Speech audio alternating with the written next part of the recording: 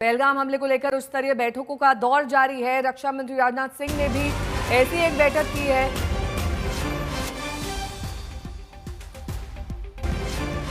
ढाई घंटे तक ये बैठक चली है, बताया जा रहा है। मीटिंग में सीडीएस तीनों सेना प्रमुख रहे मौजूद। इस बैठक को उच्च स्तरीय बैठक कहा जा रहा है क्योंकि इसमें सभी सेना प्रमुख मौजूद थे, सीडीएस मौजूद थे। मंजीत नेगी मेरे सहयोगी जुड़ गए हैं तमाम जानकारी के साथ। मंजीत, जिस तरीके से हमने पुलवामा अटैक का बदला लिया, हमने उरी के हमले का बदला लिया, उसी तर्ज पर क्या ये बदला लिया जा सकता है? हालांकि कभी भी कोई हमला अगर हिंदुस्तान की तरफ से किया जाता है तो उसके बारे में आखिरी समय तक कोई जानकारी नहीं होती, अचानक से होता है, बेहद गोपनीय होता है। लेकिन क्या इस बात के संकेत इस तरह की उच्च स्तरीय बैठकों से मिलते हैं? देखिए नेहा, मामले की जो गंभीरता है, जिस तरह का हमला है, प्रधानमंत्री नरेंद्र मोदी अपने सरकारी अपने विदेश दौरे को छोड़कर बीच में आए हैं। उन्होंने सीधे ग्राउंड जीरो पर गृहमंत्री अमित शाह को भेजा है। और अब इस वक्त आप देखें, पिछली कल की घटना के बाद दिल्ली से लेकर पहलगाम तक कई मोर्चों पर सरकार सक्रिय है।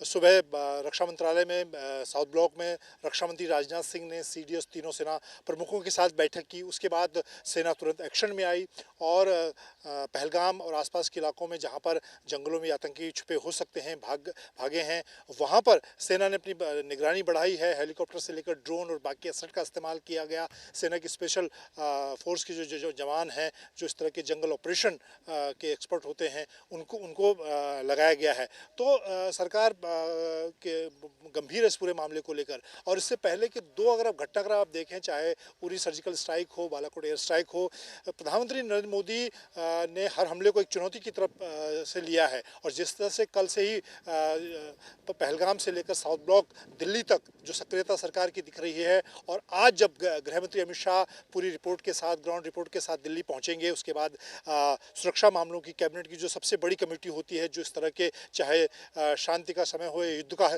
इस तरह के बड़े फैसले लेती है, इससे पहले जो फैसले लिए गए हैं, निश्चित तौर पर प्रधानमंत्री नरेंद्र मोदी अपनी इसी छवि के लिए जाने भी जाते हैं कि वो आतंक के खिलाफ, क्योंकि पिछले उनके 10-11 साल के शासन की यूएसपी रही है। उन्होंने बार बार इस बात को कहा है कि वो आतंकियों को उनकी जहां से वो आते हैं वहां घुसकर मारने की वो काबिलियत रखते हैं, और उन्होंने ये करके भी दिखाया है। तो इस बार भी जिस तरह का हमला, जिस तरह का बड़ा हमला एक लंबे समय के बाद कश्मीर में पहलगाम में निर्दोष और देश भर के जो टूरिस्ट उन पर हुआ है, तो एक बड़े और कड़े फैसले की उम्मीद प्रधानमंत्री नरेंद्र मोदी से लोग करते हैं, देश करता है। ठीक है, मैं लौटूंगी आपके पास। बीच उच्च स्तरीय बैठकों का दौर चल ही रहा है, लेकिन सरकार के अलग अलग मंत्री किस तरह से कार्यरत हैं, उनका क्या एक्शन प्लान रहा है, वो आपको दिखा देते हैं। रक्षा मंत्री की 2-2.5 घंटे तक बैठक चली, इसमें सीडीएस और तीनों सेना प्रमुख शामिल थे। पहलगाम का दौरा अमित शाह का चल रहा है। प्रधानमंत्री नरेंद्र मोदी सऊदी से लौटते समय एयरपोर्ट पर ही बैठक कर चुके हैं। शाम 6 बजे सीसीएस के साथ बैठक बताई जा रही है। आर्मी चीफ से पूरी जानकारी राजनाथ सिंह ले रहे हैं।